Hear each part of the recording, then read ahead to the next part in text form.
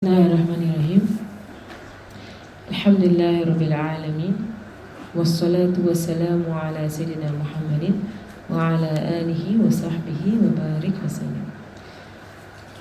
Nawai ta'allum wa ta'alim wa tadhakkura wa tadhkir wa naf'a wa intifa' wa ifada wa istifada wal hath ala tamassuki bi kitabillahi wa sunnati rasulih sallallahu alaihi wa alihi wa sahbihi wa sallam ودعاء إلى الهدى ودلالة على الخير ابتغاء وجه الله ومرضاته وقربه وثوابه سبحانه وتعالى مع لطف وعافية برحمتك يا أرحم الراحمين. اللهم إنا نسألك علم لدني بشر الصوفي هاني يا غني. اللهم إنا نسألك علم لدني بشر الصوفي هاني يا غني. اللهم إنا نسألك علم لدني بشر الصوفي هاني يا غني. صلى الله على سيدنا محمد وعلى آله وصحبه وسلم والحمد لله رب العالمين آمين.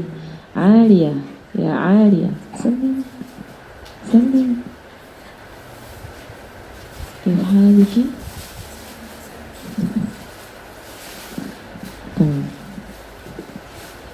طيب. ربنا واجعلنا مسلمين لك ومن ذريتنا أمة مسلمة لك. ربي هب لي من لدنك ذرية طيبة إنك سميع الدعاء. ربي اجعل هذا بلد آمنا واجنبني وبني أن نعبد أصناما. ربي اجعلني مقيم الصلاة ومن ذريتي ربنا وتقبل دعاء. ربنا اغفر لي ولوالدي. ربي اغفر لي ولوالدي وللمؤمنين يوم يقوم الحساب. ربنا هب لنا من أزواجنا وذريتنا قرة أعين واجعل للمتقين إماما. ربي أوزعني أن أشكر نعمتك التي أنعمت علي وعلى والدي وأن أعمل صالحا ترضاه ودخلني برحمتك في عبادك الصالحين. ربي أوزعني أن أشكر نعمتك التي أنعمت علي وعلى والدي وأن أعمل صالحا ترضاه واصلح لي في ذريتي إني تبت إليك وإني من المسلمين. وصلى الله على سيدنا محمد وعلى آله وصحبه وسلم والحمد لله رب العالمين. Make your own personal intentions as to why you're coming for this class.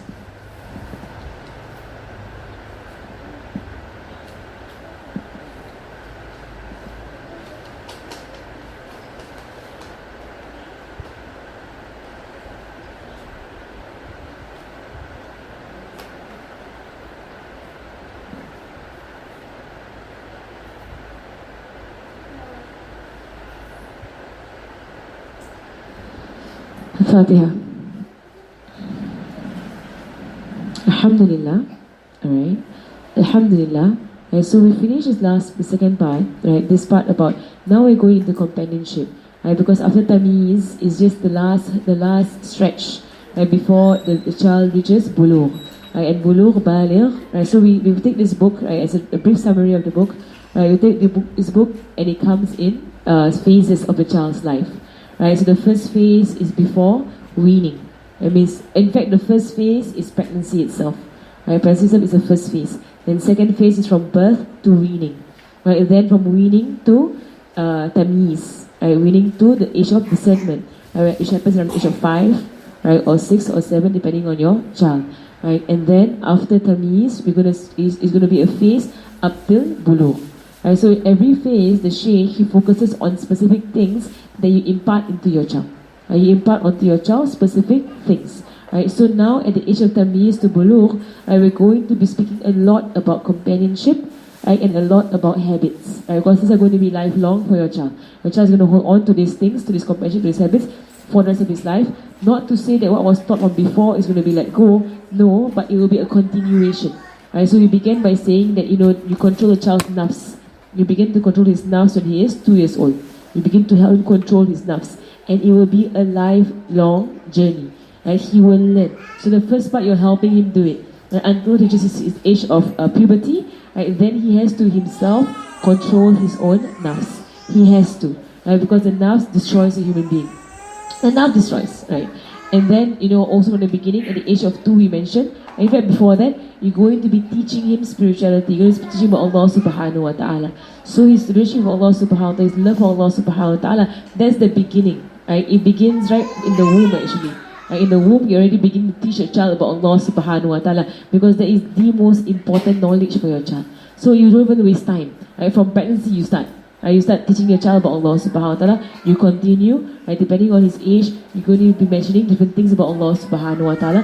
You're going to be introducing Allah subhanahu wa ta'ala to the child. Right, so that from the very beginning, right, the traits of Allah subhanahu wa ta'ala that you introduce to your child will be the traits of mercy, of love, of forgiveness, of leniency.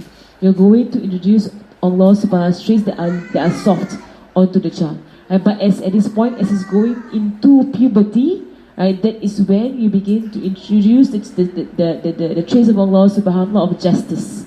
Allah is just. Right? Allah punishes those who do wrong. Allah does. Right? But Allah is, and at the same time you bring together, Allah is the most repentant. I mean the most accepting of repentance. As he moves towards baligh. Right? Because he's going to go towards puberty. He has to know consequences. Right, but at a young age, and it is a mistake that a lot of people do. At a young age, do not introduce to them yet, right, about the scary part, right? Not in that way, right? But you can mention about it because it's going to be in the surahs anyway, in the small surahs of the Quran towards the end. Right, and you can see this will happen to bad people. Right, bad people, they go to terrible places. Right, but as Muslims, you do good things. But the focus is 90% more on what is positive as they are growing up.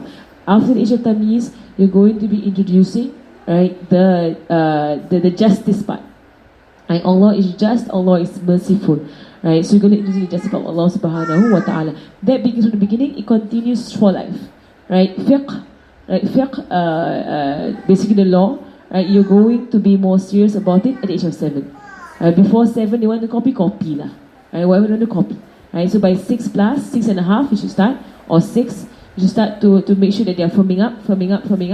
At the age of 7, right, you have to be strict about it. Right, be strict but gentle. Strict but gentle about it, and together, we mentioned together with prayer, right, there will be fasting, there will be telling the truth, there will be good habits, there will be no doing of sins, right? So you're gonna clamp down hard on lying, you're gonna clamp down hard on using foul words, you're going to clamp down on stealing, you're going to basically the sins, right? There's going to be clamping down, right? Or you're going to be harsh about, not harsh, but you're going to be firm about it. Right, firm against all these things, because he's going to have a few years before he reaches puberty.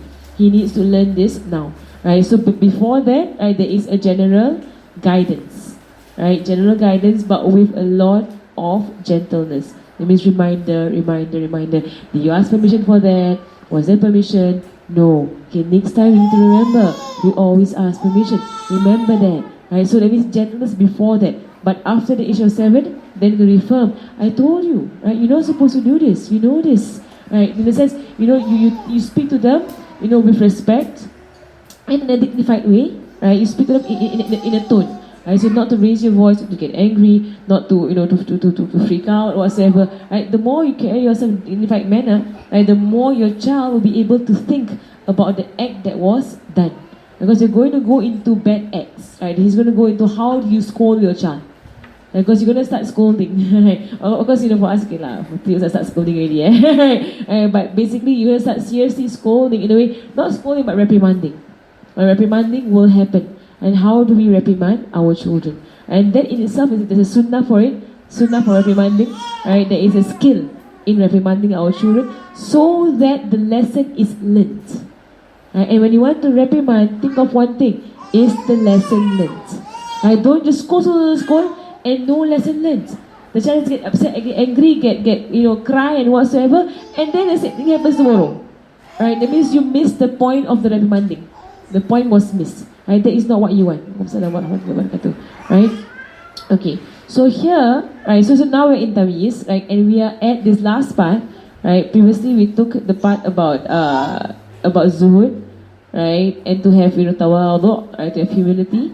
You're going to teach your child humility because you want to raise them. You're going to raise them on the religion, inshallah, right? And with the religion comes self-righteousness, right? The risk of people who are religious is arrogance and self-righteousness, and that burns your deeds. It burns your deeds right through. Arrogance and self-righteousness. Right, so from the very beginning when they are young, and you want them to be religious, you want them to love this religion, you want them to hold on to the Sharia, you want. Right? But together with the learning of this religion is a learning of humility.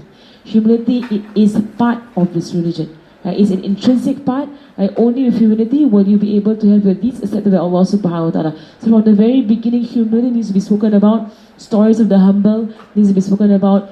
Teach them to be humble. Right? Teach them khidmah. Right? The best way to teach humility is to teach how to serve. You serve. You get up and you serve your teachers. You get up, you serve your friends. You get up, you serve your parents. You get up, you serve your uncles, your aunties, your grandfather, your grandmother. You serve. Right? So servitude, to serve, service, that is one of the strongest way whereby you teach humility. Right? And you teach them to do their own chores, right? And to help you around the house. And these are things that will instill humility in your child. Right? To clean up and whatsoever. So tawadu', right? And then to keep them away from greed. Right? Tama'. So his tama' is of the worst of destructive vices. And tama'. Right? So from greed. Right? So to teach them to what? To share. Right? And let the sharing come from them. Means don't force them on sharing. Don't force them on sharing, but convince them on sharing. It's more of a convincing thing. To speak to them slowly, let it come from themselves. Because if you're going to force, they're going to do it grudgingly. Right? So the whole point is that you're teaching them. You want them to learn good values. Right? That's the point. Right? So if you're going to be forcing, there's not going to be any learning. Right? So learning means to get it covered. I mean, think about it. You have this chocolate. Your brother is in school, your sister's in school. Right? Should we share this? Do you think they will like it? Do you think they will like it if you have some and you keep some for them? Do you think they will like it? Would you like it? If your brother kept some for you, would you like it? In a way, that's what it is. So basically, make them think about the beauty of this. And you know that Allah subhanahu wa ta'ala loves it. Yeah, Allah loves those who share. Right? Of course, but sharing is going to be a struggle. A struggle, and nafs hates to share. The nafs hates to share. It's the worst thing. And even for adults. Right? Even adults don't like to share. Right? Because the nafs wants everything for himself. Right? So that's why it is part of this religion, right? That you instill in yourself, and it's a lifelong thing that you need to share. Is it okay? The markers, all the markers.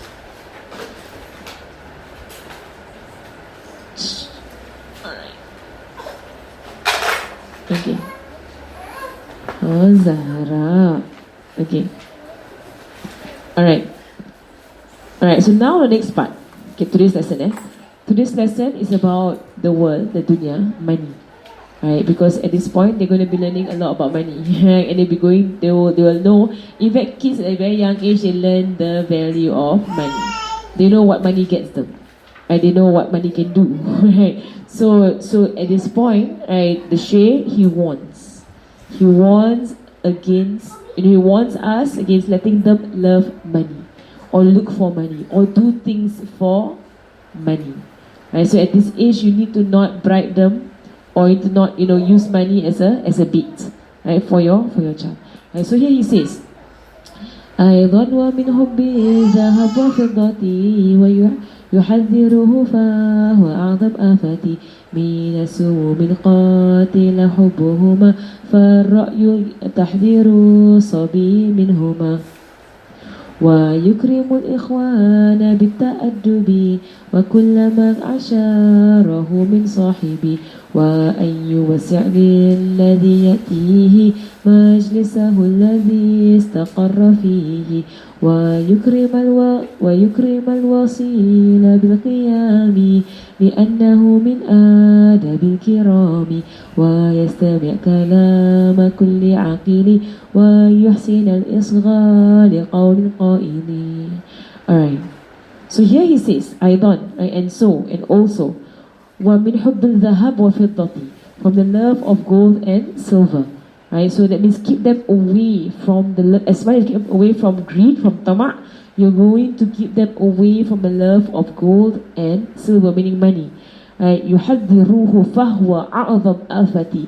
Right? You warn them against it, terribly warn them against it, because it's of the worst of vices. The worst thing that can destroy a human being is the love of gold and silver. And it is mentioned that when the human beings first made the gold and the silver coins, right? Shaitan, right? He looked at the gold and the silver coin and he flipped it in his hands and he looked at it. Then he began to squeal gleefully. Shaitan, he was gleeful about it, squealed gleefully, and he put it on his eyes. And he said, these are the coolest of my eye, the coolest of my eye. I don't have to go to idols anymore. We have this gold and silver, right? Gold and silver. And there's a hadith whereby Rasulullah SAW said that gold and silver, it is the calf of my ummah. What's by the calf of my ummah? The calf, the story of Bani Israel. Bani Israel, when Nabi Musa went up to the mountain tour, and he left Bani Israel at his people at the bottom of the mountain. What they do? They got gold, they melted it, and they made it into a golden calf, and they began to worship that calf. Rasulullah said that dinar and dirham, they are the calf of my ummah. That means they are the idols of my ummah. Right? The idol for this ummah is what? Gold and silver. Right? That is the idol. That means it has 10. And money is the idol of this ummah. The ummah, meaning what? The ummah will worship money. They will worship money. And there are many hadiths about it. Rasulullah said, I don't fear for my ummah that they will ever commit shirk with Allah subhanahu wa ta'ala. But I fear for them that the dunya opens up for them. Right? For the nafasuha. And they will compete for this dunya as how those before them competed. And the dunya will destroy them as how those before them were destroyed. Right? He has no fear that this ummah will go into shirk. You will not go into shirk. Shaitan has given up trying to make people, worship idols. Right? So what is he doing? He's making people worship money. Right? Money becomes your God. You do whatever you want for money. And so at this point, you need to teach your child to abstain. Stay away. Don't show them the value of expensive things. It's so expensive. MashaAllah, you have a very expensive bag, you have very expensive clothes. Oh, it's branded. You only buy branded stuff. Right? No. You don't ever. It's the worst thing you could give your child. The worst thing you could give your child is a sense of things being expensive and things being cheap. Like in a way, you will buy I must have this because it's so expensive. That kind of thing. Don't teach your child that. Don't teach them that. Right? Something that is simple. Good. Right? Keep the simple things for your children. Keep it let them know that to be frugal is something that is it is to be frugal in how you spend is something that is praiseworthy in its religion, but not to mean that you are stingy. No, you're frugal, that you don't overspend or buy stuff when you already have stuff. Don't buy stuff when you already have stuff. But the money you have, what do? Sedekah. Right? Teach them sedekah. I mean, you don't hoard money, you don't hoard wealth, but you give it out to those who are less fortunate. That is what you're going to be teaching them. I don't hold on to the money. So it's a very good habit that at the end of every Eid, if you would like, at the end of every Hari Raya, that you let them decide for themselves. I mean, you don't force it on them. Decide for yourself. Okay, how much do you want to give to poor? How much? Right, but put it on the table. Put it in front of them. Tell them, we're going to give money to the poor. Everybody's going to give money to the poor at the end of Hari Raya. Because why? We want to show our happiness and our gratitude to Allah subhanahu wa ta'ala. We're going to be grateful to Allah subhanahu wa ta'ala. How do we be grateful? We give. And if you want to show how grateful you are, you give. And you give of the blessings that Allah subhanahu wa ta'ala has given you. And then make it a point that whenever you give sedekah, right, you write down your intentions for your sedekah. Because sedekah removes difficulty. Sedekah removes bala. Sedekah removes unhappiness. It does. It removes trials from the house, from the household. So if there is sickness in the house, if there is illness, if there is sadness, if there is grief, if there is fighting, quarrel, whatsoever, the family needs to be giving sedekah more. It's a sign. If husband and wife keep fighting, you need to be giving sedekah. Right? You give sedekah with the intention, I'm giving sedekah so that we stop fighting. So that there is less negative emotions. To remove negativity in this house. Like take the sedekah, make the intention very strongly, make it on the sedekah, take it, give it out. Right? Sedekah removes tribulation from your house. It does.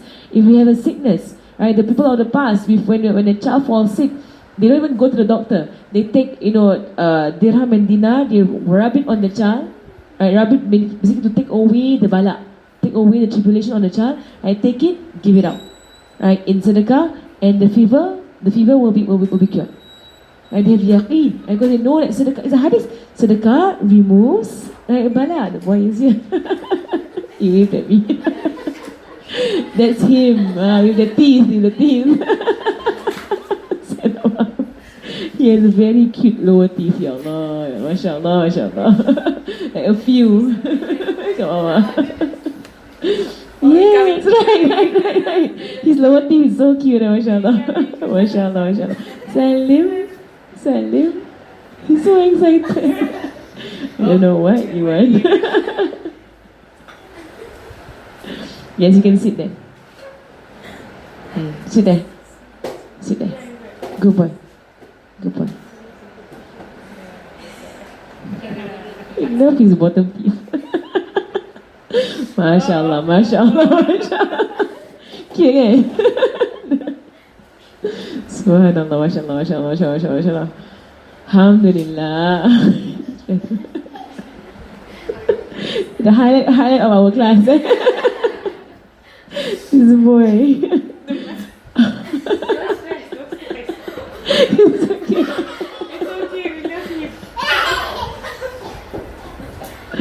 Alhamdulillah. Alright, Sila distracted. Sayyidina Muhammad. Okay, so the love of Rasulullah said, that Sayyidina Muhammad. Yes, that sedekah, it removes bala from the family. Teach them that.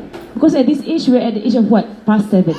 Alright, so past 7, they can absorb concepts. So you teach them, you see your sister is very sick. What should we do? Your brother is very sick. What should we do? Right, you have anything to give out? You want to give out stuff? Right, you niyat, you rub over. So exactly what our Mariam teach me. So you take your wealth, you rub on the part that has the sickness. You rub on it, right? And then you niyat. Ya Allah, right, whatever is the bala, whatever is the tribute you're giving to me at this part of my body, on my knees, on my head, on my stomach, on my womb, whatsoever, right? Remove that for me, and then you give it out in sedekah. Right? And trust me, it never fails. Never. Right? Sedekah works 100%. Right? Medicine might work, might not work. We know medicine, and medicine sometimes it doesn't even cure. It just removes the symptoms. It doesn't cure. Right? But sedekah, 100% it works. It cures. Allah subhanahu wa ta'ala will cure by the blessing of sedekah. Don't underestimate sedekah. Right. So the strongest way whereby you're going to protect them from love of money is to teach them to give it out. Right? And also to teach them that if you already have something, you don't buy another of the same thing. So you already have a bag and your bag's fine. You don't need 2 bags. And from there we have to apply to ourselves. Right? You have to be the first one to apply this. Right? To teach them not to be extravagant. And what is extravagant? The ulama say, what is extravagant? To have more of one of what you need. That's extravagance. Okay lah. For us, you put 3, okay? Right, you don't put 1, you put 3. There are more than 3 of what you need. Okay, that to the ulama, that is extravagance. Right, but for us, okay, we're getting there, right? So give yourself 3 bags, right? Or 3 shoes, or or different types of shoes, okay? For running, for walking, for weddings. Okay, done, enough. There's more than that, right? And then bag, okay, 1, 2, is a sumbat bag, and you stuff things in there, right? And if that's all you need as a mother, right? You don't need anything else. That's all you're gonna do. You have a bag where you stuff stuff in there. And you're gonna have a nice handbag. I think a month give up already. Handbag give up. Big bag, stuff. Right. But you can have one if you want to have a nice one for weddings. If you have the luxury of doing that, right? Basically, get your hijabs. So your children are going to be watching you and how you are going to be spending on them, right? And I'll even, if you want, about birthdays. I think I mentioned before about birthdays, right? So once a year, they have their birthday, and people give them gifts, right? If you want, make it a habit. With every new thing, give out an old thing. That works, right? So you get new books for your birthday. You get new clothes for your birthday. You get new toys for your birthday. Okay, what are the old ones that we should give out? Right? Tell them. Let them choose themselves. And you want this new one, okay. The old one, so make it a habit in the family. It's an understood thing. When new things come in, old things go out, right? That means you don't accumulate stuff in the house. So new things come in, old things go out. Right? So teach them that we don't, we don't keep hoarding wealth. Right? In this house. So always have a limit. You know your family, right? You know your extended family. Yeah. Sometimes when it's a birthday party and then people bring gifts, but you can tell your friend to say instead of bringing gifts, have a donation box, you can donate it to charity. You can do that. It's a good idea. Right? It's a good idea. So instead of bringing gifts, it's a very good idea. Right, and then for my family, when it comes to birthdays, it's a day whereby we have a meal together and we dua for the one whose birthday it is. That means one by one. So around the circle, everybody dua for that one person, right? And everybody amin for everybody. Right, so make it it's like a culture lah in the family. Right, that for birthdays, what does it mean? It means dua. I'm giving you all duas. Right, and then eat the meal together. Right, got present, no present, it's okay. Right, so means presents are not expected. Presents are not expected, but it's a family gathering. And that means you niat what? Silaturahim. You niat brotherhood, sisterhood together to have lunch together. Because as families, especially when you're extended and you have moved out of your parents' house or whatsoever, you hardly come, right? So if you make birthdays to be points in the year whereby you do come together as all the siblings come together, right? And you celebrate a birthday, right? You can have that intention if you would like. If you don't want to celebrate it, it's fine. Once a week, go and meet together, right? But you have to have something that is ongoing with the family. You come together, and then you eat together, and then you make dua together, you pray together, and so on. Your children need to see this, right? So they said, "For min sumum yaqatillah hubuhuma, fara'yu tahdhiru sabi minhuma." Right? It is fatal poison to love gold and silver.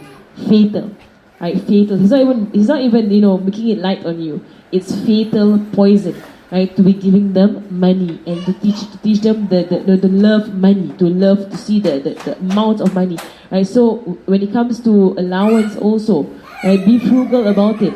Be frugal. Do not don't think that they need to eat this and eat that, whatever. If you can pack for them, even better. Pack for them the lunch, their recess. Give them good food so they can't choose the nonsense that is being sold in school. Right? They can eat something that is healthier. Right? So teach them about that. Right? And there was once Rasulullah sallallahu alaihi wasallam, and we know this from Rasulullah sallallahu alaihi wasallam because Rasulullah sallallahu alaihi wasallam never allowed for his wives nor his children wealth. He never allowed it. There was once Sayyidah Fatimah Zahra. She came into the presence of Rasulullah sallallahu alaihi wasallam, and she had a silver necklace. Was it a silver necklace on her? Right. At first, whenever she would come, his face would always light up, right, and he would always be very pleased with her presence. So when he saw her coming in from a distance, he was so happy. His face light up. When she came near and he saw, right, the silver necklace, his face changed. Right, his face completely changed and he turned away. Right, and she knew what it was. She knew what made his face change. It was the silver necklace.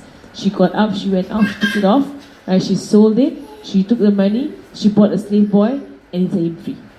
Basically, that was why she did. Straight there and then, right, she got rid of it, right, because she knew that her father was not pleased, right. So that is the way Rasul teaches children, right, that we the family of the Prophet sallallahu alaihi wasallam, with the family we do not have wealth, we do not keep wealth, we give out wealth. Right, Sayyidina Aisha, Rasulullah sallallahu alaihi wasallam, once Sayyidina Aisha was fasting. Right? And then there was like a whole bag of money that was given to them as a gift. Rasul began to give out the money, and all of the money began to give out, right? Until all of it was given out. And Sayyidina Aisha said, And Sayyidina Aisha said, what did she say? Sayyidina Aisha said, Ya Rasulullah, right, we are fasting. Had you kept this one coin for us to buy something to break our fast with? Right? And Rasulullah turned to her and said, had you reminded me, I would have done it. But it doesn't occur to me to keep any money behind for me to actually buy our breakfast. Right? And then, and you give a few years after the death of Rasulullah sallallahu alaihi wasallam, after the death of Rasulullah sallallahu alaihi wasallam, Sayyidina Aisha, the entire scene repeats itself.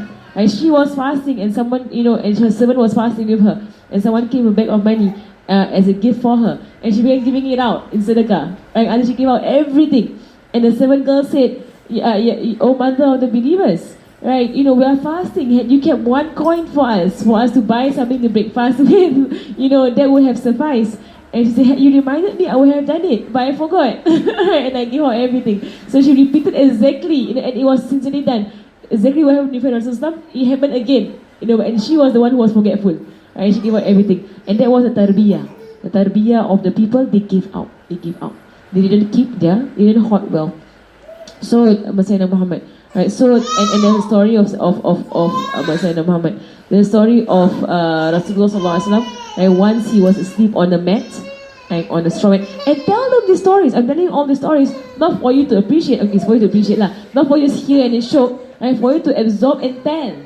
I tell your children. I see how Rasulullah did not like that Sayyidah Fatimah Zahra had money on her, had wealth on her. He didn't like it. Why? Because money destroys. Tell them what the story of Shaitan. Shaitan put the coins in his eyes and he clapped his hands. Right? He was so happy about the coins. He loved the coins, Shaitan. Right? These coins are the idols.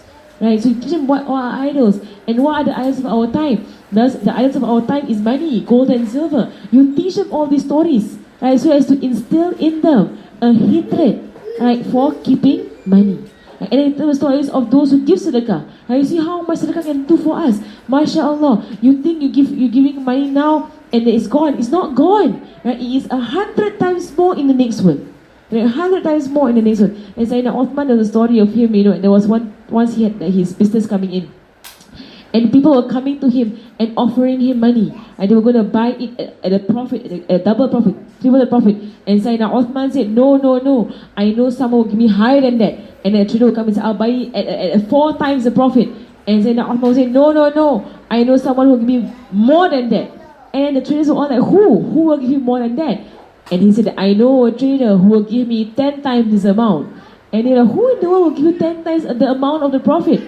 And Sayyidina Uthman said, well, if I give it out in charity, it comes back to me 10 times the amount. Right? It means Allah's promise. You give out in charity, you get 10 times the amount. None of you can beat that.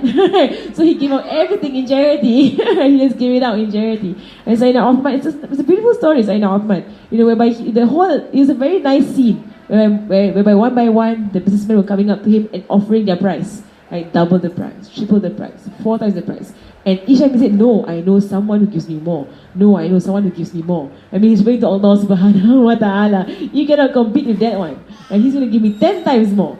Right? So the trainer was like, who? Right? And then he revealed, and that was what it was. Right? And that true wealth, right? True wealth, teach them true wealth is that you are satisfied with whatever Allah subhanahu wa ta'ala has given you. Right? All the simple things. Right? The true people of Allah subhanahu wa ta'ala love what is simple. They don't love what is extravagant. They don't love what is fancy. They don't love what is more than what they need. Right? And Allah says in the Quran that the servants of Allah, they walk on this earth humble. Right? They don't destroy the earth. They don't take more than what they need. They walk humble.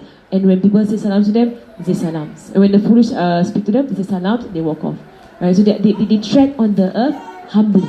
Right? So it is of Islam that we do not take more than what we need. We don't. Right? So teach them. Right? Inshallah, teach them. When it comes to food also, take what you can take. Right? Don't be greedy about this. Right? Food also, teach them not to be greedy about food. If you say taking more than 1 piece, 2 pieces, 3 pieces, right? Ask them chocolate, they take like 5 pieces, that kind of thing. Make them learn. Make them learn. How about giving this away? How about taking for other people? Service, right? So you're gonna go to the counter and take the bar, the table and take all the brownies, right? Okay, let's flood the plate brownies. Okay, go around, right, and offer the brownies to everybody first. Let's do that, right? So instill in them, right, servitude, right, servitude. So that's the story of Sayyidina Abu Hurairah. And I'm telling you all stories for you, and I told you before, I'm telling you all stories for you to write down. And I used to, in my book, I will write down all the stories that Haba would tell. I'll make it a priority. Stories, write down. That is the way you teach your children. Tell stories, memorize stories, learn stories. Tell it, in a natural way. That is how they learn. They love stories. You know the story of Sayyidina Abu Hurairah and the milk? I told before kan? In this class What class was it? The story of Sayyidina Abu Hurairah and the milk. No. Haven't tell before? Okay, tell you now. Right, those who know, good for you. Right, here again. I love to hear stories over and over and over and over again. Right, you need to love it. I think you see more and more and more lessons in the stories. Right, so Sayyidina Abu Hurairah, what happened? There was one day, Sayyidina Abu Hurairah, and you know Sayyidina Abu Hurairah, and talk about him. He's the man who was homeless, who lived in the mosque of Rasulullah sallallahu alaihi wasallam. He came all the way from his town to Medina so that he can learn. See that, mashallah. He came all the way, I'm talking to you like kids, He came all the way to, that's how you tell them the stories. That's how you tell them. I see he came all the way to Medina, right, for him to what? To study. To learn. From who? From Rasulullah sallallahu alaihi wasallam. So she's paying attention. Right, so you get their attention straight away. They're focused. Right, this girl down there. Right, mashallah, right. So he came all the way to Medina to learn from Rasulullah sallallahu alaihi wasallam. Right, he was a very clever young man. In fact, he was quite old. He was a very clever old man. Sayyidina Abu, he was old, He's old, Sayyidina Abu Hurairah, he was older than Rasulullah sallallahu alaihi wasallam. Right, old man. He came all the way. He loved the cats. He always kept cats in his sleeve. Right, it became exciting for them. He would, very cute, very cute the way he would keep the kittens in his sleeves. Right, and he would carry the kitten around. And then he is his companion lah. And he lived in the mosque. He was homeless. He had no family, and he had no house. Right. So what happened one day? He was very hungry. Very hungry because he's homeless. He has no food. Very hungry one day. So he stood by the side of the road. Class story. He stood by the side of the it's part of the class. He stood by the side of the road.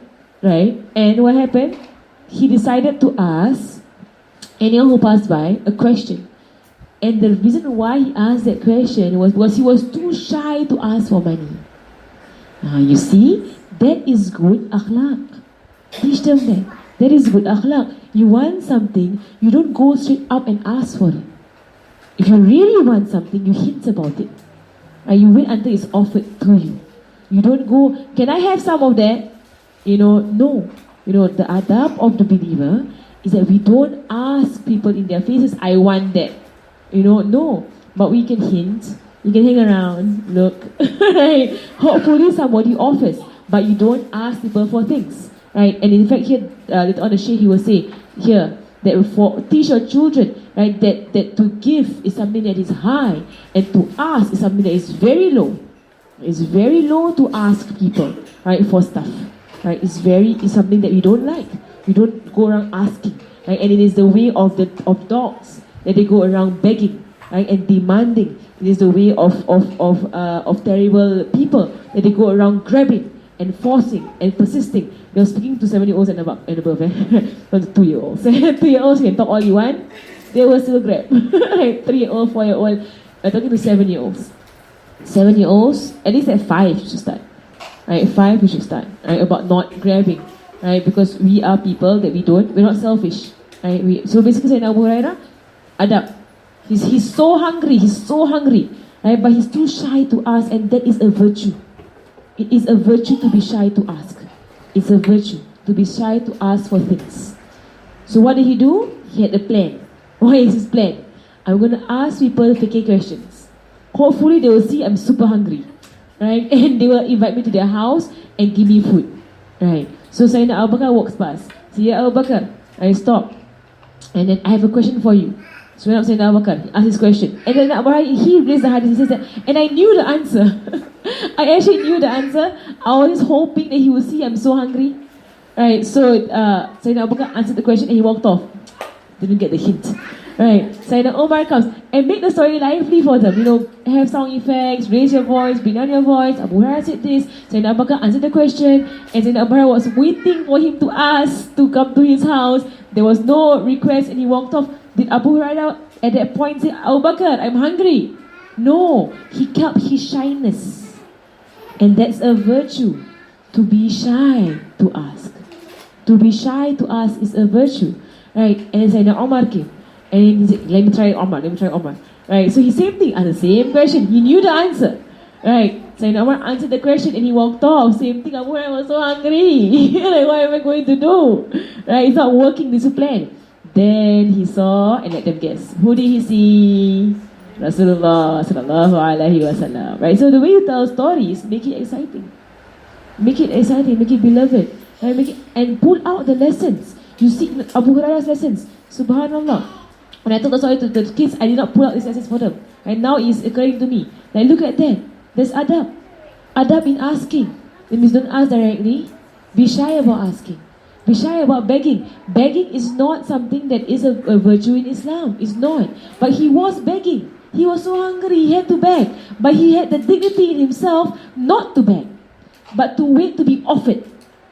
And there is higher in Islam to be offered, right, instead of asking. Right, so what happened? Rasul came, he started to ask the question. Straight away Rasul knew in the face of Abu Hurairah, right, that he wanted food. He was hungry. Right, and there another lesson you can learn, that when somebody stops you and asks you a question, always ask the question, how are you? Ask them that. How are you? How are you doing? Have you eaten? Right. Ask random questions. Right. Then you know their state. Because for all you know, they could be Abu Hurairah. And he's so hungry. Right? He wants stuff. Right. So Muhammad. Right. So some brought him to his house. Story is long story. And so, right. So we go to his house. And guess what? Rasulullah is also poor. So even though he's also poor, did it stop him from giving? No. So even for us, if I only have one chocolate, like only one chocolate in my bag, that's all I have, and I see my friend, he's hungry, do I give it? Yes, I do. I give it. Even if I will be hungry, it's better. Right? It means you bring out the lessons. That is how you teach them without reprimanding them, without ordering them. Because the worst way to teach is to order. You must be generous. You must be good. You must be kind. You must share. The best way to teach is to tell stories. Because stories ingrained, there's a light in stories. The light from Rasulullah, it comes to them as a light, and it will guide them on the path. It will soften their hearts. Right? So, but to command, it bounces off. Right? It comes, it goes, comes, it goes, comes, it goes. It doesn't stay in the heart. But stories, in the Arabic say ta'athar. Right? They will be so affected. It will leave footprints. Ta'athar, and the athar means footprints.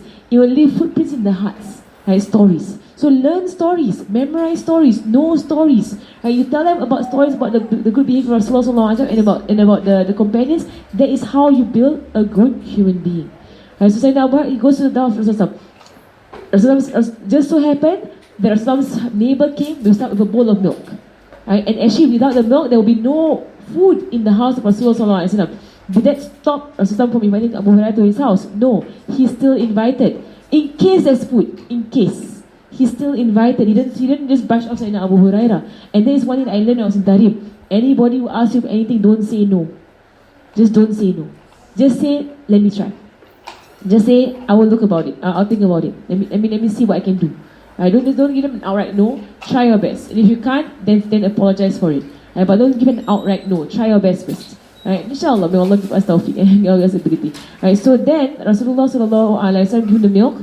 But he said to Sayyidina Abu Hurairah, and this is a lesson, "Oh Abu Hurairah, take this milk and go to the mosque, and you see those Ahlul Sufa are the homeless in the mosque. They all sit on a particular bench, like a particular like a elevated platform. They're the homeless of the mosque, right? And they're all under the care of Rasulullah sallallahu alaihi wasallam. So Abu Hurairah, take this bowl of milk and go and feed the Ahlul Sufa. Give it to them." So Abu Hurairah at this point, his heart just sank because he put all this effort to get food. He's so hungry. And now the command came, feed those people first. What did he do? Sami'na wa ata'na ya Rasulullah. I hear and I obey. Teach them. What happens when you hear and you obey Rasulullah? Good things only happen when you hear and you obey Rasulullah. Even if your nafs does not want to do it. You don't want to do it. You want to drink the whole bowl for yourself. You don't want to share. But the command is what? Go and share first. There was not even a permission for him to drink. There was no permission for him to drink. The command was what? Go and give the people at the mosque. That means be my servant and bring the milk and give to the people. So many, one story, so many lessons. So many lessons. He went and he served while he was so hungry. And in there we know the sunnah of the one who serves is that he's the last to take. So when you take a tray of brownies, you're not going to take it in your mouth. You actually don't do that. It's not sunnah. Sunnah is you go there, you take the whole tray, you give everybody. If there is extra, then you take one. The one who serves does not take. Right? And you bring a jug of water, you pour for everybody. Right? And if there is left behind, then you drink. You don't pour one for yourself, you drink that one first, then you give everybody else. You actually don't do that. Right? The sunnah of serving is that everybody gets it first, and then if it's extra, you get it. Right? That's the sunnah of serving. So Sayyidina Abu Hurairah went around with the milk. Guess what? Alhamdulillah. Right? By the blessing of his obedience to Rasulullah sallallahu alaihi wasallam and his tawakkul. That means he trusts Rasulullah sallallahu alaihi wasallam. Now comes the exciting part of the story the child will appreciate. Right? The miracle happens. What's the miracle? The milk did not finish. Small bowl of milk. He went through 70 grown men. All drank to their fill. The milk did not finish. And the whole time Abu Hurairah was feeling, it's going to finish, it's going to finish, it's going to finish. And the whole time he's feeling in his heart, right, it's going to finish. But what was he doing? He was obeying Rasulullah sallallahu alaihi wasallam. So you want good things in your life, obey who? Rasulullah sallallahu alaihi wasallam. You want blessings in your life, obey who? Rasulullah sallallahu alaihi wasallam. Right, there's a lesson here. That is the biggest lesson in this story. Not the miracle. The lesson is you want goodness, you want blessings, obey. Obedience brings you goodness and blessings. Then he gave the milk, and it finished. It didn't finish. There was some left. His adab was so high in Abu Hurairah, he did not drink it. He went back to Rasulullah sallallahu alaihi wasallam. He said, "Ya Rasulullah, I fed everybody." And then Rasulullah looked at him and smiled. Abu Hurairah, drink Abu Hurairah. Right, now the permission came. So Abu Hurairah said, "No, you drink first, Ya Rasulullah. You drink first." Right, so preferring the Prophet over himself. But Rasulullah said, "No, you drink, Abu Hurairah. Drink, drink." Now the command comes. So he began to drink. He drank a bit only. Because when he gave the rest to Rasulullah, he drank a bit only and he stopped. Then Rasulullah said, "Abu Hurairah, drink, drink, drink." Then he drank some more, then some more, then some more. Didn't finish. He stopped. And Rasulullah said, "Abu Hurairah, drink, drink, drink. Right? Drink as much as you want. Drink." Right? And he drank, and he drank, and he drank. And here we know, we tell them, when there's barakah, right? Take the barakah. take it, take the barakah. And he drank, and he drank, and he drank, and he drank until he was so full. And he stopped drinking, and the milk was still there. It's a true, it's in the Salihin. You can find it in the books of hadith, sorry, in the guidance of righteousness, the guidance of the righteous. Right? Sahih hadith happened. They all witnessed. Right? It is a miracle. Right? And he stopped. And then Rasul said, "Abu Hurairah, drink." And Ya Rasulullah, I'm so full. I cannot drink anymore. Right? And you can do this for your children. Be animated, tell them the story. They will remember the story forever. Right? And then Rasul took the bowl, he smiled, and he finished off the milk. When he finished off the milk. MashaAllah, the full story. So many lessons about what? About preference of others, about adab, about not begging, right? About obedience to Rasulullah sallallahu alaihi wasallam, obedience to your parents, obedience to those who are over you, right? About servitude. So many lessons. So many. Right? Subhanallah. And from there only goodness comes. Right? So here he says that, once Sayyidina Umar came into Rasulullah's presence and he saw someone sleeping on a straw mat, right? And there was marks on his body. Right? And then Rasulullah got up, there were marks on the body of Rasulullah sallallahu alaihi wasallam. And Sayyidina Umar, he began to cry. And he said, "Ya Rasulullah, I have seen the kings of Rome and the kings of Persia. Right? I've seen them on great thrones and great, couches. And you are the leader of an entire Muslim nation, because at that point Islam had spread throughout Arabia. You are the leader of us. You are our king. Above all of us, and you sleep on a straw mat, Ya Rasulullah." Alright, and Rasulullah said, "Now Omar," and he said, "Oh Omar, aren't you pleased that for them is this world, and for us is the next world? Aren't you pleased? They can have all their luxury. It's only going to be for this world. Right? And for us, what's waiting in the next world? Teach them these things. Tell them all these hadiths. Right? Or some wants for us to have more in the next world. The more you take in this world, the less for you in the next world. Don't take the things things that you own in this world, be it on your hands, not in your heart. That means if somebody likes it, give it. That's the way over in Tarim, right? When I met them. Subhanallah. You cannot praise anything. The moment you praise their stuff, that is yours.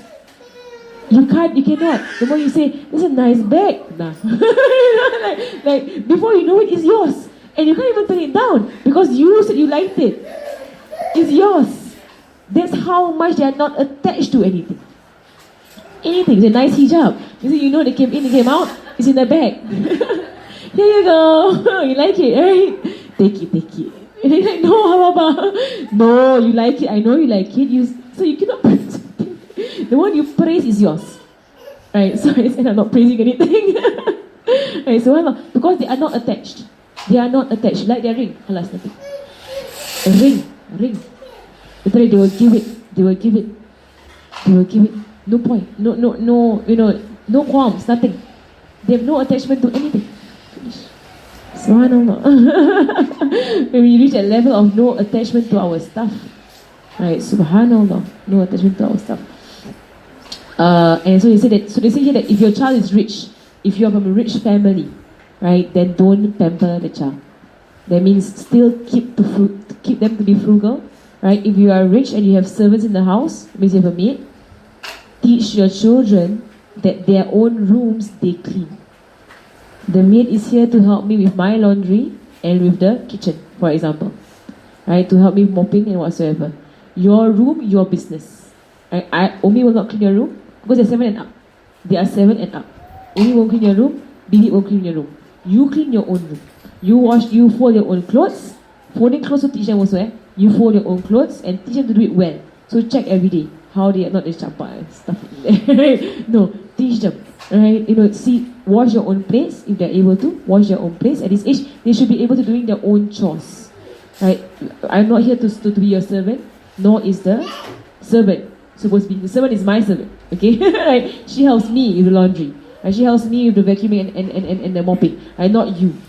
Right? Teach them values. Right? So he says here, if they are rich, right, the owners are rich, then teach them that to give is the highest form of having wealth.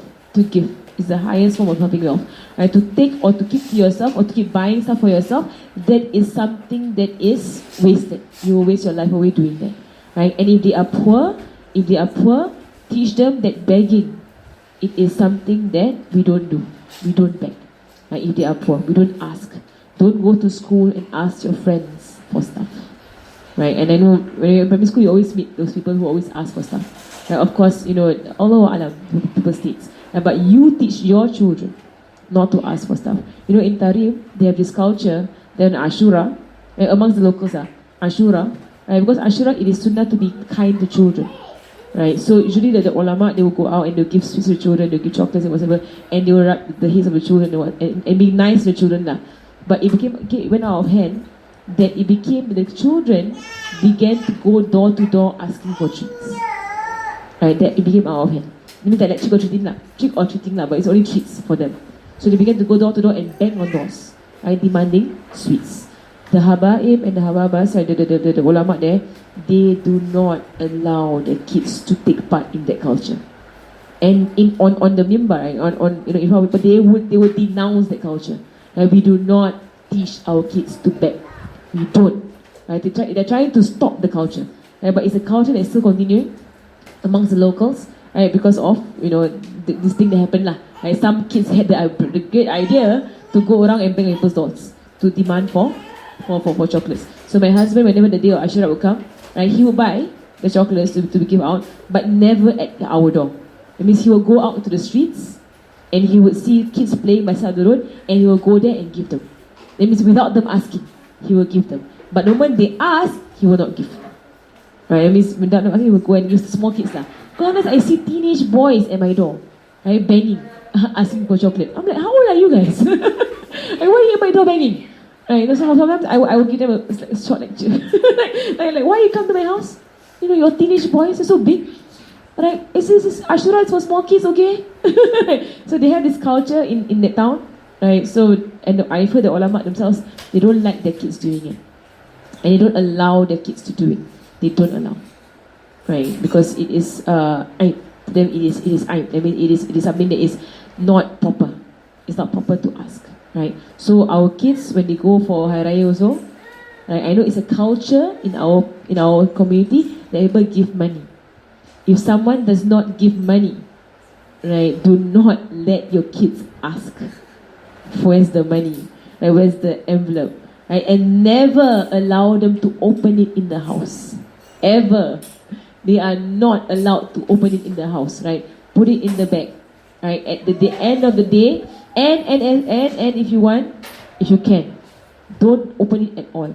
Just at the end of the day, then open everything, so you don't remember who gave you how much, right? Which house gave how much, right? That is terrible. It's terrible, right? Because then they begin to label houses. Oh, the house that gives $3 every time. But the house that gives $5 only. Don't want to go lah. You know, the house probably give $2. Don't want to go lah. You know, basically you're labeling the rich and the poor. Don't let them know who gives how much, right? As far as possible. Throw it in the bag. Forget who gave what, right? Don't see. Yeah. How much? How much do you collect? Right? Say Alhamdulillah, banyak. Masya Allah. Yes. Try not to count it. Right? If you want to count, okay, you can count. Right? And then ask them, okay, how much is going to sedekah? Like how much? How much should we give? Sedekah. Right? That in a way lah. Right? Then if you want to do it that way lah. Right? And then try to give as much as possible to sedekah. Try. Right? Okay. Yeah? Towards beggars.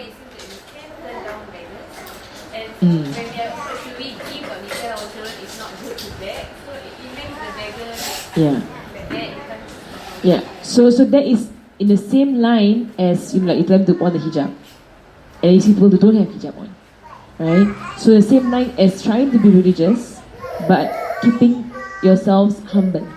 That means not to judge other people. Right? So that you wear the hijab, you don't judge those who don't wear the hijab. Right? But you make dua for them. Right? Maybe they don't know how to wear. Maybe you know, you dua for them lah, that kind of thing. So for beggars, you teach them not to beg.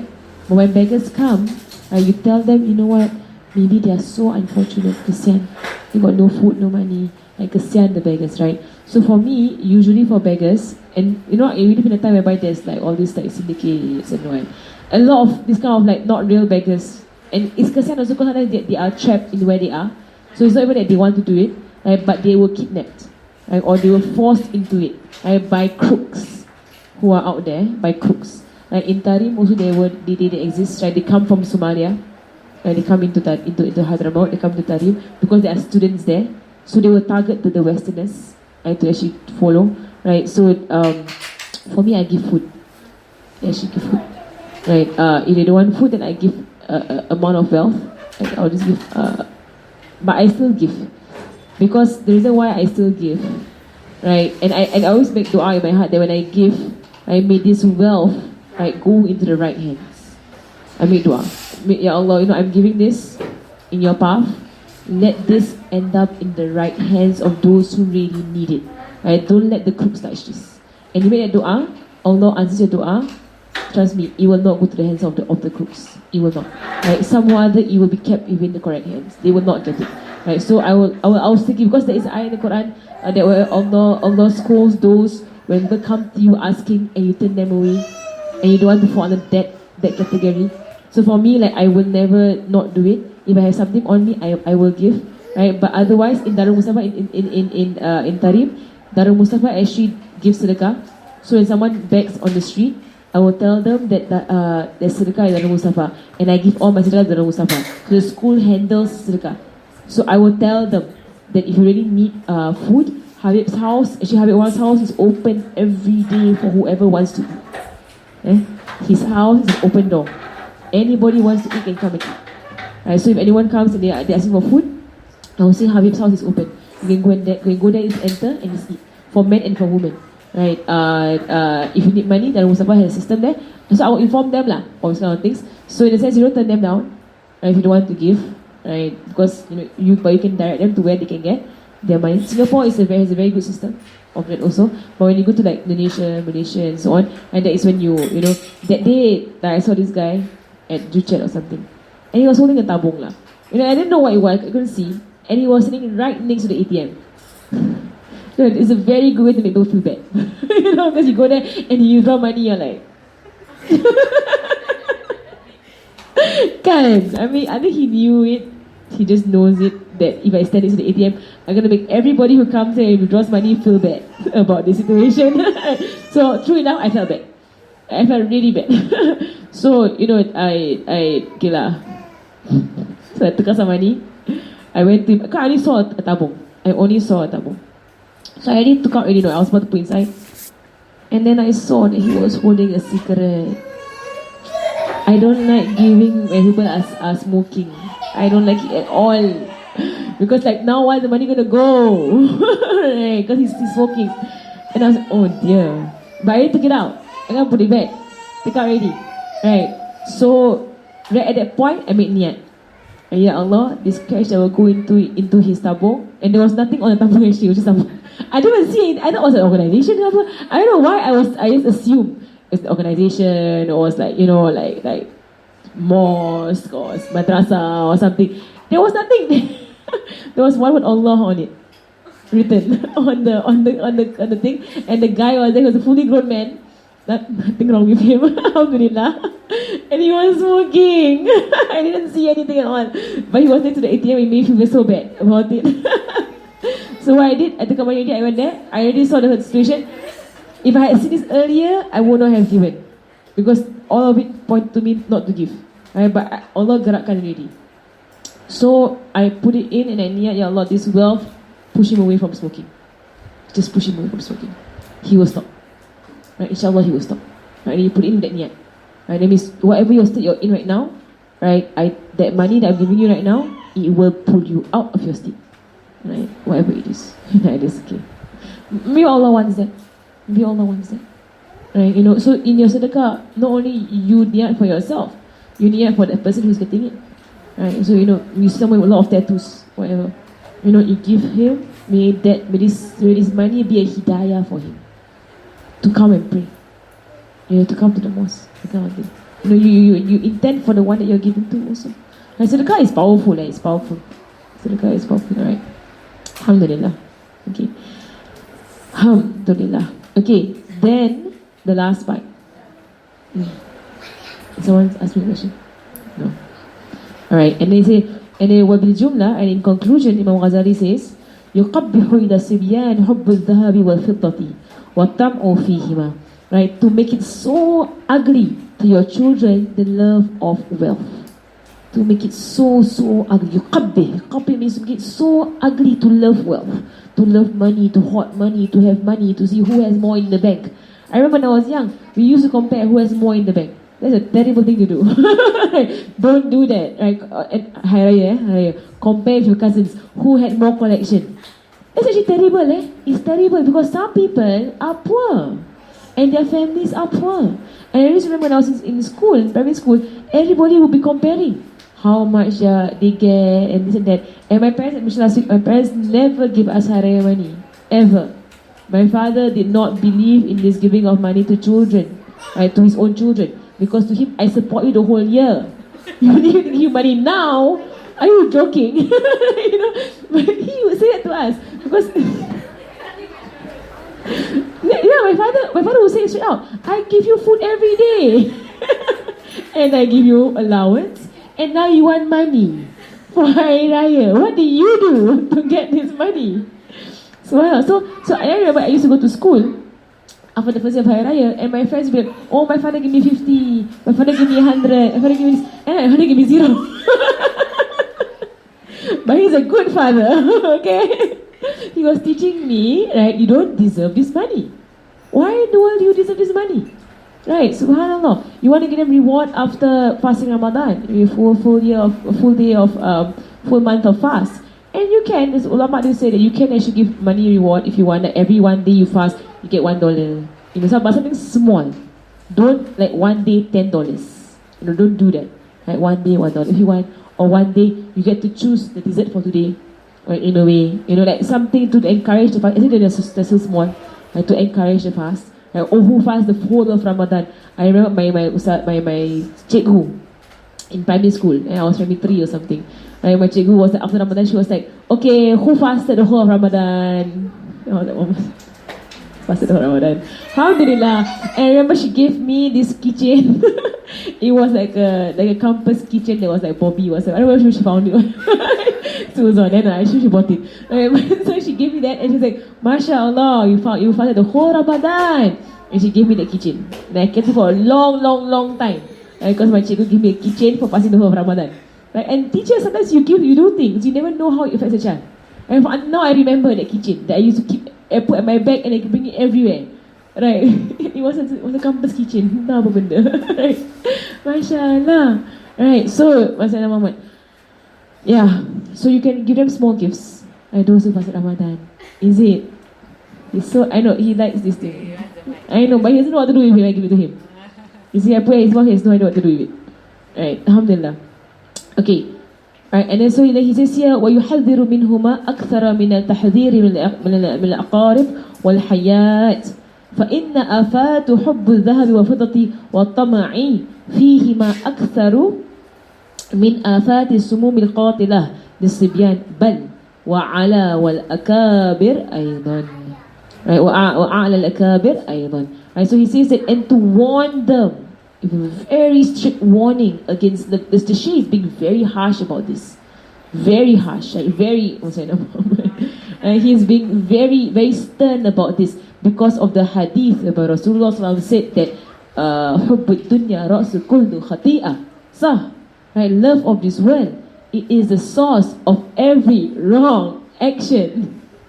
Inshallah, it goes into him. The love of this world is the source of every wrong action. So the ulama, they will go to the farthest extent to keep their children away from loving this world. Right. So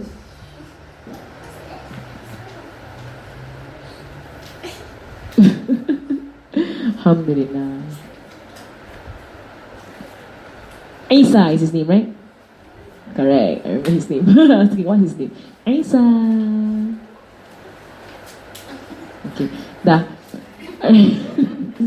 So to warn them against it, as how much you would, he said to warn them more, and you hear this, what he's about to say?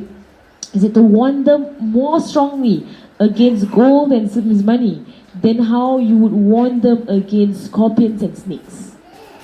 And so you see a scorpion, a dangerous creature coming up. You warn your child, don't go near it, it's gonna sting, so the tail is up. Right? You tell your child, don't provoke the scorpion, right? Or a snake coming and he's up. Right? He's about to spit or about to strike. Right? Don't go near. He said that gold and silver, worse than that. It's worse. So it's how you guard your child away from creatures that would sting it and poison it. You will guard him more against money, against gold and silver. And how they say, how you protect your child from fire in this world. And the fire of the next world is eternal. So all the more you do whatever it takes to prevent them from entering that fire. Whatever it takes. And he says that this is worse than the most fatal poison, putting money into their hearts. It's worse than the most fatal poison that is present. Right? Putting money into their hearts.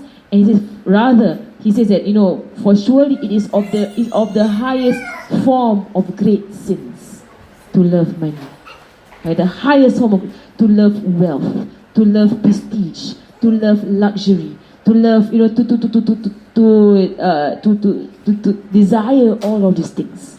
Right? That is terrible. Because that is what drives people to abuse other people. Right? And that is why some people are suffering, because some people are hoarding. Right? Wealth. Okay.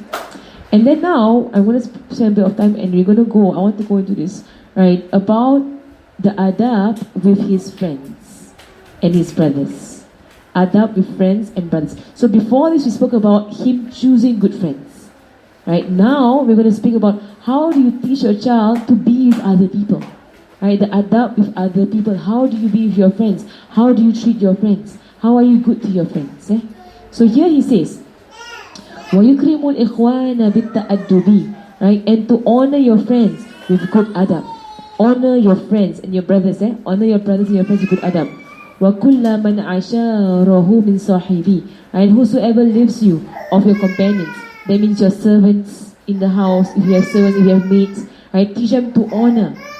Right? Because at the end of the day, the maids in the house, the domestic helpers, they are older than you. They are. Right? Teach them to serve the maid. Teach them. The Sahabas used to do it. The Sahaba, they had slave boys. Not even maids, they had slave boys. And the Sahaba Sayyidina Huzaifa, right, Sayyidina Huzaifa, he was known, right, to actually prepare the meal for him and his slave, or for him and his servant. Right, that was how humble they were. They were like, sit down, I give you coffee. To the maid. They were like, okay, like, up to you. Right, but small, do that. Teach them that. Right, she's older than you. Get her some water. Right, she's old. Teach them good values. Right. So whoever lives with them, their friends, their brothers, right, teach them to be of service. Alhamdulillah, my younger sister, whenever I come over to my parents' house, she will get me a drink. Alhamdulillah. Your younger sister, for me, I don't know when she began doing that. But suddenly she began doing that because when I will come over, I will teach her. So now my sister is taking me to be older sister as well as teacher. Right, so she would actually go and make for me coffee and serve me. And that is a lesson she's teaching to her son. So her son will bring the coffee out to me. So your auntie is here to teach us. Serve her. Right, it's lessons. Right, so teach them all these things. So don't let people come in the house, like, and then you just ignore them. Right, no, stand up. And in fact, here they will say, stand up. Right, teach your kids when a teacher comes in, when someone older comes in, stand up.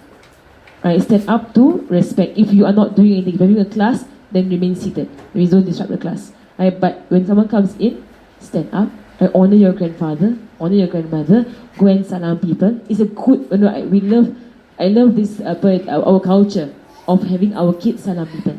Right, but there's an adab to salam. Right, the adab to salam is when you enter a class. Right, if it has not started, you salam everybody. Right. But if it has started, the adab is to sit down immediately and salam those on your left and on your right. Only those who are near. Right? But you don't actually go around and langka everybody, right? And salam everybody. And especially the teacher, if she is speaking, don't disrupt her. She's teaching. I've seen it so many times. It's happened to me so many times. I'm having a thought in my mind, teaching. Someone comes up to me and disrupts me. Right? Then I lose my train of thought. Right? And actually the adab is you don't. You actually don't. You actually come and you sit down. If the class has already started. If it's a maulid, then just do it lah. Maulid, you can disturb anybody, doesn't matter. But class, the adab of class, you come, you sit down. Right? Left and right. Right? It means you acknowledge one on the left, you acknowledge one on your right, that's it. Right? So for your kids also, right, after class, you can tell them, go and salam the teacher, salam everybody. Right? It means give everybody the respect. Right? After class, not during class. Right? If they're too small, they can come and sit here. Okay, the boy. That one's fine. They're too small. Alright? But older ones, don't teach them to come up to the teacher if she has already started teaching. Alright? Okay. So here, right, Sayyidina Muhammad. Right, so he said, وَيُكْرِمُ الْإِخْوَانِ بِالتَّأَدُّبِ وَكُلِّ مَا عَشَارَهُ مِنْ صَاحِبِي. Right, so to honor your brothers, right, and your companions, right, with good adab, with good manners, right, and whosoever lives you of your companions, and whoever lives with you of your companions, including your servants, including whoever is in the same house as you, right, to have honor for them. What do you do? وَأَنْ يُوَسِّعْ لِلَّذِي يَأْتِيهِ مَجْلِسْ لَهُ الَّذِي اسْتَقَرَّ فِيهِ. Right, so what's the first thing? To make space for people when they come. Right, of course, if you are younger, right, not using the MRT, right, at home also, if you are younger and you're on a chair and an older person walks into the room, get up. Get up, don't even think about it, get up straight away. Right, give your chair. Don't even ask, do you want a chair? Right, don't even do that. Just get up. So many times in the MRT, I realize that whenever there's an old person there and someone says, do you want the chair? They will always say no. They always say no. So what do? I get up and I walk. Before you know it, the same person sits down. Because people are shy to ask. And they're shy to admit they want it. They're shy. So you don't ask, you just get up. You get up, let the chair be open, they can take it if they want to. Right? So, Sayyidina Muhammad. And one thing you notice about this, the foreigners, right, the Bangladeshis, the Indians, I notice about them lah. They have a very high esteem for women. They do. When I'm in the MRT, or other women or whatever, and they are seated and they see a woman come in, they stand. And then they give the seat. And you're not old though. You're not old, you're not pregnant, you're not, you're normal. You're a young woman. Right? But I noticed this about them. They actually get up and they keep their seat. Subhanallah, there is this respect and honor that they have. You're a woman, you sit down. I'm a man, I stand. Subhanallah, they have this. I don't know if you all noticed. I noticed it. Right? There is no reason for them to stand, but they stand. Right? Subhanallah. There was once I was standing there, and I also feel sometimes sometimes they see that if you seem religious on the outward, they also have an honor for you. Right? They actually honor that. Right? So there was one I was in the MRT and one of them stood up to give me the seat. Right? And I was like, you know what? No lah, I want to stand. Right? So I was hesitant. And then this guy, don't know who, came and sat down. That's why. Because I was like being taken aback lah, in a way lah. Why he give me his seat? And then I don't look back then, do I? So I was like, they might comment. So I was like, why he give me his seat? Because obviously he did this, like that. And so I was a bit hesitant. This guy, able-bodied young man came and sat down. And the guy was like, what's it? I got up for another guy. So anyway, it is a virtue. It is a virtue to make space, right, in the majlis. So anyone comes in, get up, give them your seat, sit on the floor. Right, sit on the floor. Or if it's a majlis that is very tight, like close, right, make space for people to come and sit in. Right, so it is actually sunnah. It's good adab. If you come to a class, then you fill up the front seats. Right, unless you have a child or whatever, you need to actually exit quickly. Right, if a child cries or whatever, then you are excused. Right, but if you're by yourself, there's no one there, it's actually of good etiquette to fill up the front seats. So if people come in, they can just fill up where it is. So it's a bad habit that people have, in Singapore, that they sit in the middle of the row or at the front of the row. You're supposed to move in all the way, so people can come in and move in, right, without having to disrupt anybody. Right, so you just go in all the way, so it's easier for people to actually come in and sit. And Habib Omar said that whosoever makes space for people in a majlis in this world, Allah will make space for him in paradise. Right? Allah will make space for him, and tell your children, right, make space. Right? If there's not enough people, then teach them how to make their seating smaller. That means sit like this, or bring one leg up, right, so that more people can squeeze. Put the bags on your lap. Right? That day, I think there was a class at Wafa or something. Right? And I saw so many people, their bags right there, and people at the back were all squeezing to see the ustazah. Right? But if you look in front, their bags were all over the place. Right? No, take your bags, put it on your lap. Right? Have consideration. Teach your children. Teach them, right, not to spread things out when there are many people there. Be considerate. Islam is about consideration to other people. Right? So he says, especially if you are someone who always goes for that majlis. So you're a regular in that majlis. You see a new face, right? If you can, you bring him forward. Right? That means encourage a newcomer, right, to come into the ranks. So don't keep him aside. You're not one of us. But you actually open up for him and let them come inside. Right? So you make him feel more welcome. On teacher also to actually just bring the students closer to her, right, so that more people can come in and easily sit down. Right? And he says here, وَيُكْرِمُ الْوَاصِلْ بِالْقِيَامِ لِأَنَّهُ مِنْ آدَبِ الْكِرَامِ. Right? And to honor, right, the one who has arrived, right, and the one who has arrived meaning of the ulama, of the salihin, of the teachers, right, of the mudarrisin, right, of the parents, al-walidain, right, of your grandparents, of those who are older. Right? So when they appear in the room, right, you should stand. And the people of the past, the kind of respect they have for their parents, you're going to be amazed. They never ever show their back to their parents. So when they leave the room, right, they will surround their parents and they will actually back themselves out. Right? They won't even turn to their parents like that and show the back. Ever. There are people who they hold their parents in esteem. Right? When the father comes home, so when they get up, go to the father, kiss his hand. Right? Kiss the hands that work the whole day to support you. Right? Teach them that. Father comes home, don't ignore. Don't on the mother to teach. Right? Respect your father, honor your father. He worked the whole day. Right? He worked the whole day. Go and kiss his hands. right? The mother also kiss the mother's hands. Teach them to kiss, right? We have a culture of putting it to the forehead. Kiss, right? It's a sunnah there. Kiss, right? The hands. Okay. Teach them that. Right? The older ones, Sayyidina Muhammad, and try teach them how to salam properly. Right? Our kids don't know how to salam. Right? Hold the whole hand. Don't give me your fingers. Right? Full hand. Right? Teach them the way of some. If you look at the Shama'il, he grasped the hand. Right? Grasp. So not.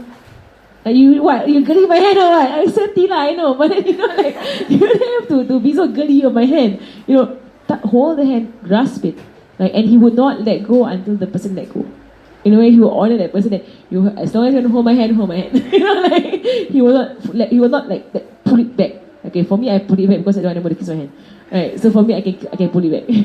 Because my teacher, she used to do it. Mariam, she would like when it was a she would pull her hand back because they would want to kiss her hand and she doesn't want them to kiss her hand. So there's two ways, you know. One thing you're teaching your kids to kiss the hands of those who are older. On the other hand, you, as an adult, okay, for children I allow them to kiss my hand. For adults, usually I don't.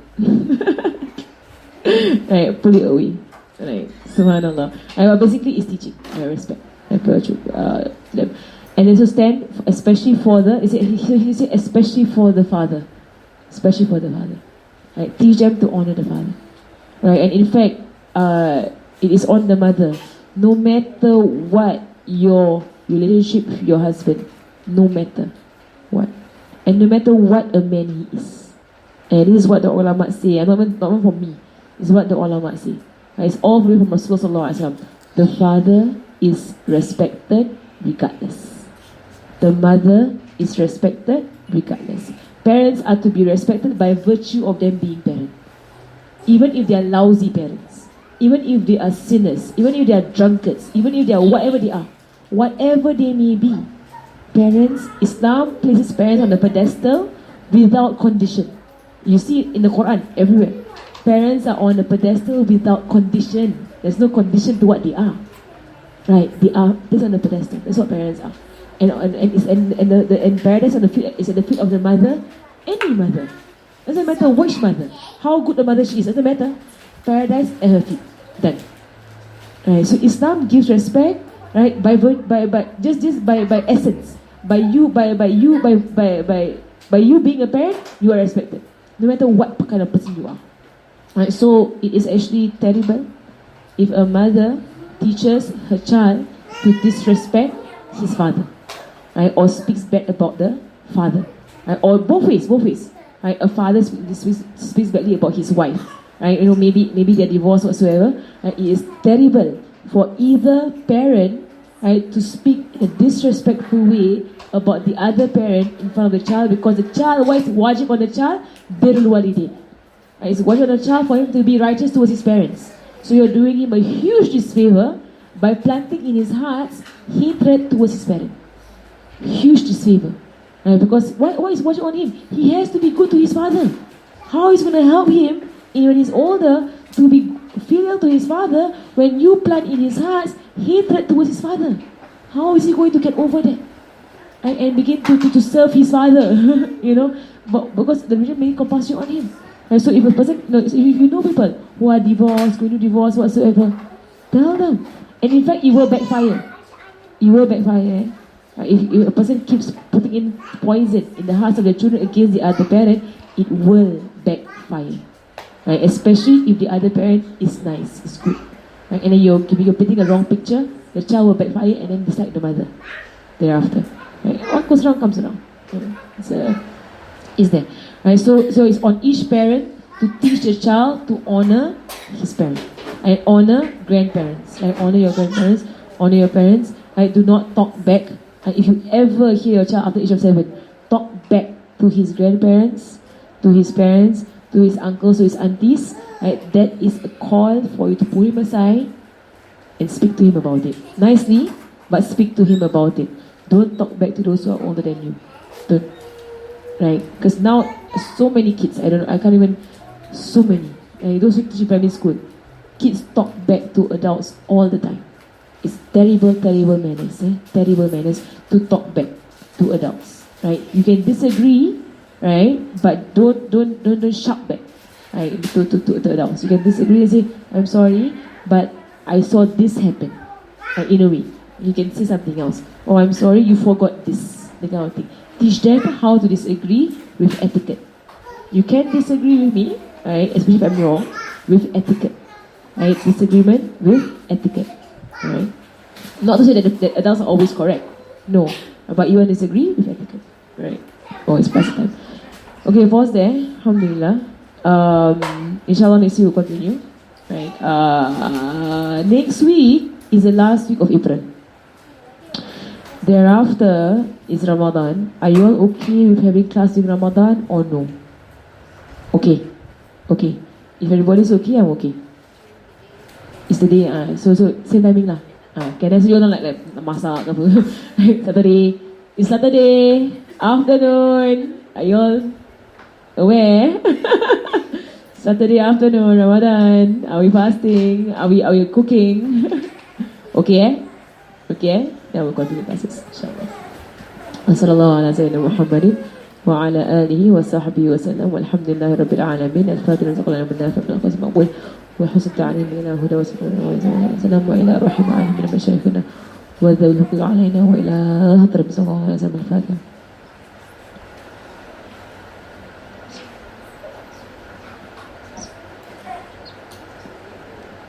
بسم الله الرحمن الرحيم والعصر. سبحانك اللهم وبحمدك أشهد أن لا إله إلا أنت أستغفرك وأتوب إليك. صلى الله على سيدنا محمد وعلى آله وصحبه وسلم والحمد لله رب العالمين.